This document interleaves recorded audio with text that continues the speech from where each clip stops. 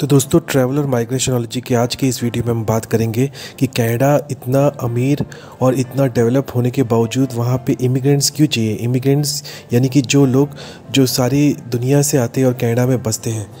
तो कनाडा का इतना डिमांड क्यों है और कनाडा में लोग इतना क्यों जाना पसंद करते हैं। कनाडा का जो इमेज है अभी वो लिबरल और वेलकमिंग है, यानी कि अगर आपके पास टैलेंट है तो आप कनाडा में जाकर सेटल हो सकते हैं। कनाडा जो कि जिसका इमिग्रेशन सिस्टम कनाडा का 1967 तक वहाँ पे सिर्फ यूरोपियंस, ब्रिटिशर्स और फ्रेंच को वहाँ पर अपॉर्चुनिटी मिलता था सेटल होने के लिए, लेकिन 1967 से उन्होंने पॉइंट बेस्ड सिस्टम स्टार्ट किया। उस पॉइंट बेस्ड सिस्टम के थ्रू डेवलपिंग कंट्रीज़ जैसे एशिया हो गया और लैटिन अमेरिका हो गया, वहाँ से भी आकर काफ़ी लोग सेटल हुए। तो दोस्तों कनाडा का जो इमिग्रेशन हिस्ट्री है वो बहुत पुराना है। तो दोस्तों आज की वीडियो में हम यही बात करेंगे कि कनाडा को क्यों दूसरे देशों से इमिग्रेंट्स चाहिए, बावजूद इसके कि उनके जो ओरिजिनल कैनेडियन कल्चर है उनको खतरा हो सकता है। तो आइए देखते हैं। तो दोस्तों अगर आप कनाडा के पॉपुलेशन इंडेक्स पर अगर आप नज़र डालोगे तो 2014 में कनाडा की पॉपुलेशन थी 35.39 मिलियन, और अगर आप 2020 में देखोगे तो 37.51 मिलियन, यानी कि 20 लाख का इजाफा हुआ है पिछले 5 या 6 सालों में। तो अगर हम एवरेज देखेंगे तो 3-3.5 लाख पॉपुलेशन हर साल बढ़ी है। तो दोस्तों कनाडा गवर्नमेंट का टारगेट है कि हर साल उनकी पॉपुलेशन बढ़ना चाहिए। तो दोस्तों फर्टिलिटी इंडेक्स एक बहुत ही इंपॉर्टेंट इंडिकेटर है जिससे पता चलता है कि कंट्री की पॉपुलेशन बढ़ेगी या नहीं बढ़ेगी। अगर आप देखोगे सिंगापुर, साउथ कोरिया और यूएई की, वहाँ की जो फर्टिलिटी जो रेट है वो बहुत कम है, यानी कि वहाँ की पॉपुलेशन नहीं बढ़ रही। इससे इंडिकेट यही होता है। जो थ्रेश होल्ड है 2.1, यानी कि अगर आप एवरेज देखोगे तो एक जो कपल है उनके कम से कम 2 बच्चे होना चाहिए, यानी कि अगर 2.1 अगर एवरेज आता है तो उसी से दोस्तों पता लगता है कि हम कंट्री की पॉपुलेशन बढ़ रही है। अगर 2 रहा तो एकदम ब्रेक इवन करेंगे। तो दोस्तों जो फर्टिलिटी इंडेक्स है उससे पता चलता है कि कंट्री की पॉपुलेशन बढ़ रही नहीं कि नहीं। अगर आप देखोगे दोस्तों तो जो फर्टिलिटी इंडेक्स है वो कई देशों की बहुत हाई है, जैसे निगर, एंगोल, जो माली है, ये सब अफ्रीका के देश हैं। यहाँ पे एक एक कपल को अगर देखेंगे एवरेज अगर हम लोग देखेंगे तो 6.49, 6.16, 6.01, यहाँ लगभग 6-6.5 बच्चे होते हैं। तो इससे बहुत ज़्यादा हाई है। तो ये कंट्री की जो अफ्रीका के ये देश है इनकी जो है वो फर्टिलिटी रेट बहुत ज़्यादा हाई है। तो इनकी पॉपुलेशन जो डेंसिटी है वो बहुत हाई है।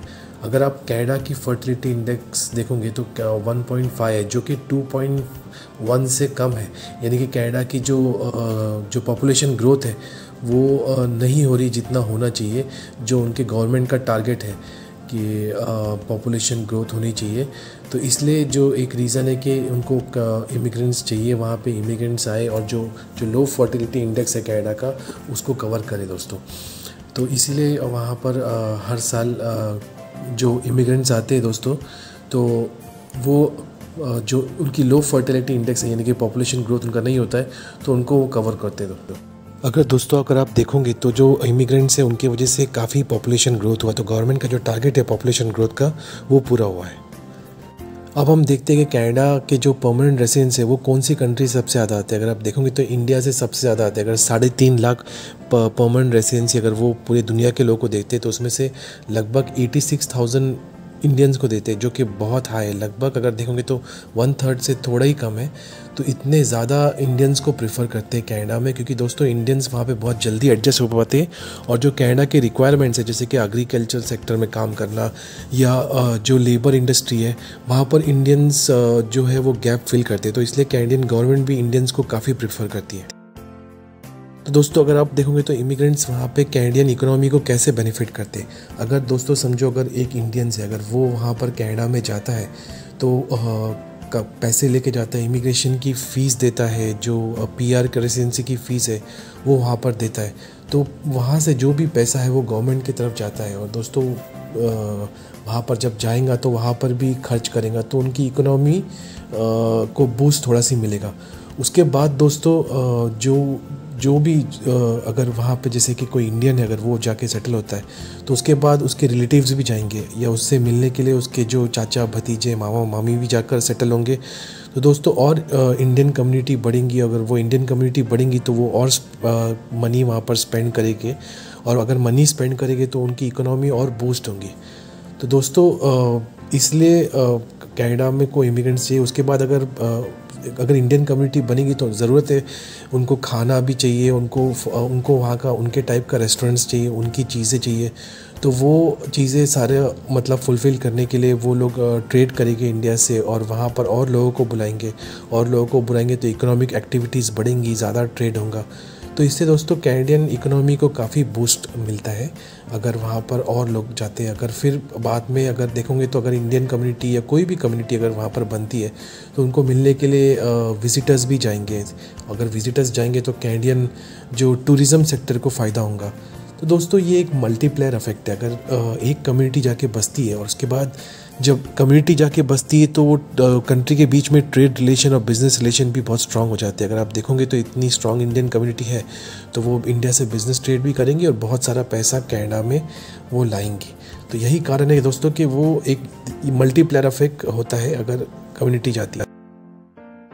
तो दोस्तों कनाडा एक यंग कंट्री नहीं है। कनाडा जो है वहाँ पर जो बूढ़े और रिटायरी है उनकी पॉपुलेशन बढ़ते जा रही है। कनाडा का जो लाइफ एक्सपेक्टेंसी यानी कि लोग वो बहुत ज़्यादा है, तो उससे क्या होता है लोग ज़्यादा जीते तो ज़्यादा बूढ़े।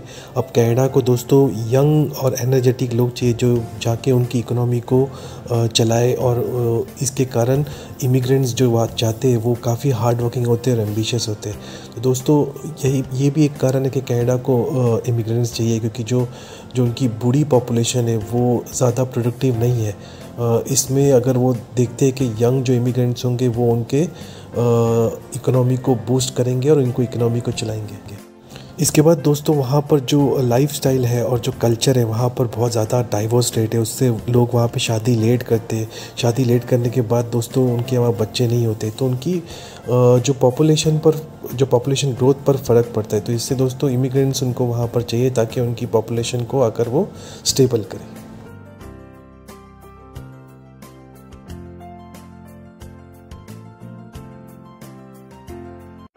तो दोस्तों अगर आप मैप में नज़र डालोगे तो कनाडा का जो 80% जो लैंड है वो अनहैबिटेबल है, मतलब कि वहाँ पर नहीं रह सकते, क्योंकि वहाँ पर एक्सट्रीम वेदर है जो कि इतना ठंडा है, या वहाँ के एग्रीकल्चर लैंड नहीं है। तो अगर आप पॉपुलेशन देखोगे तो दोस्तों तो वो यूएस बॉर्डर से लग कर है। अगर आप देखोगे तो साउथ कनाडा के जो स्टेट्स हैं वहाँ पर सबसे ज़्यादा पॉपुलेशन उनका डिस्ट्रीब्यूशन है। जैसे कि अगर आप देखोगे तो ओंटारियो हो गया, क्यूबेक हो गया, ब्रिटिश कोलंबिया हो गया दोस्तों, यहाँ पर उनकी पॉपुलेशन बहुत ज़्यादा है। अगर आप मैप पर नज़र डालते हो तो ये 100 किलोमीटर की रेडियस जो यूएस बॉर्डर पे वहाँ पर कनाडा के जितने भी ज़्यादातर पॉपुलेशन है वहाँ पर लोग रहते हैं। तो दोस्तों उनकी गवर्नमेंट चाहती है कि काफ़ी लोग आए और एक्सप्लोर करें और ऐसी नॉर्थ उनके स्टेट्स में रहे जहाँ पर पॉपुलेशन डिस्ट्रीब्यूशन काफ़ी कम है, और एक्सप्लोर करें ताकि उनकी जो लैंड है उनको यूटिलाइज़ करे, और जो नेचुरल रिसोर्स है उनको वो यूटिलाइज़ करे ताकि उनके इकोनॉमी को और फ़ायदा हो। तो दोस्तों अगर आप देखोगे तो कनाडा एक सोशलिस्ट कंट्री और वेलफेयर कंट्री, यानी कि यहाँ पर फ्री चीज़ें बहुत मिलती है। जैसे कि आपको फ्री मेडिकल मिलेगा, अगर आपको देखेंगे तो फ्री एजुकेशन है, जो ओल्ड एज है उनके लिए पेंशन्स है और रिटायरमेंट बेनिफिट्स है। क्योंकि दोस्तों कनाडा को एक वेलफेयर कंट्री बोलते हैं, तो ये सब वेलफेयर जो उनको है वो तभी फ़ायदा होगा जब जो यंग इमिग्रेंट्स बाहर से आए और मेहनत करें, और वो मेहनत करेंगे तो जो टैक्स भरेंगे, टैक्स बहुत ज़्यादा होता है। जो टैक्स के जो पैसे हैं उससे दोस्तों जो ओल्ड एज जो वहाँ पर लोग हैं कनाडा को, जो कि अभी भारी मात्रा में बढ़ रहे क्योंकि वहाँ की लाइफ एक्सपेक्टेंसी बहुत ज़्यादा है, तो उनको ये सब सुविधा हो दोस्तों। क्योंकि दोस्तों अगर इमिग्रेंट्स काम नहीं करेंगे तो कैनेडियन गवर्नमेंट को अपने पैसा उनको अपने जेब से देना पड़ेगा। और दोस्तों कनाडा जैसी कंट्री जहाँ पर वेदर कंडीशंस इतने हार्श है, इसलिए उनकी इकोनॉमी जो है वो वेलफेयर सिस्टम। तो दोस्तों एक और कारण ये है कि उनको इमिग्रेंट्स चाहिए, क्योंकि जो वहाँ पे जो वाइट कॉलर जॉब्स है या ऑफिशियल जॉब्स है उसको वहाँ तो कैनेडियंस लोग कर लेते हैं, लेकिन जो उनका जो ब्लू कॉलर जॉब्स है जो सेमी स्किल्ड है, जैसे ड्राइवर, टेलर, मीट कटिंग, इनके लिए दोस्तों उनको इमिग्रेंट्स चाहिए, क्योंकि ये काम कैनेडियंस करना नहीं चाहते या इसमें बहुत हार्ड वर्क होता है या दोस्तों ये वो पसंद नहीं करते। इवन जो यूरोपियंस है जो वहाँ पे सेटल होते हैं दोस्तों, वो उनका एक अर्बन लाइफस्टाइल है, तो ये सब जॉब्स के लिए जैसे एग्रीकल्चर में हो गया, वहाँ पर जाके खेतों में काम करना, उसके लिए दोस्तों उनको इमिग्रेंट्स चाहिए होता है। और जो एशिया के जो लोग हैं स्पेशली इंडिया के, तो वो उसे पूरा करते हैं, तो इसलिए इंडियंस को वहाँ पर इतना प्रेफरेंस दिया जाता है दोस्तों। और जो लेबर जॉब्स है जो कि वहाँ पर जैसे कि वहाँ पर ऑयल इंडस्ट्रीज़ में काफ़ी उनको लेबर्स चाहिए, तो उसके लिए काफ़ी इमिग्रेंट्स चाहिए जो कि कैनेडियंस शायद नहीं पसंद करते या करना नहीं चाहते, या उनके पास वो स्किल नहीं है या तो दोस्तों मैन पावर के लिए जो है वो इमिग्रेंट्स उनको वहाँ पर चाहिए, और जितने इंग्लिश स्पीकिंग इमिग्रेंट्स चाहिए। तो ये सब जॉब्स करने के लिए दोस्तों हमारे इंडिया से और काफ़ी जगह से लोग जाते हैं और पूरा करते हैं। तो दोस्तों अगर आज का वीडियो अच्छा लगा तो प्लीज़ लाइक कीजिए और सब्सक्राइब कीजिए चैनल को। मिलते हैं अगले वीडियो में। Good bye.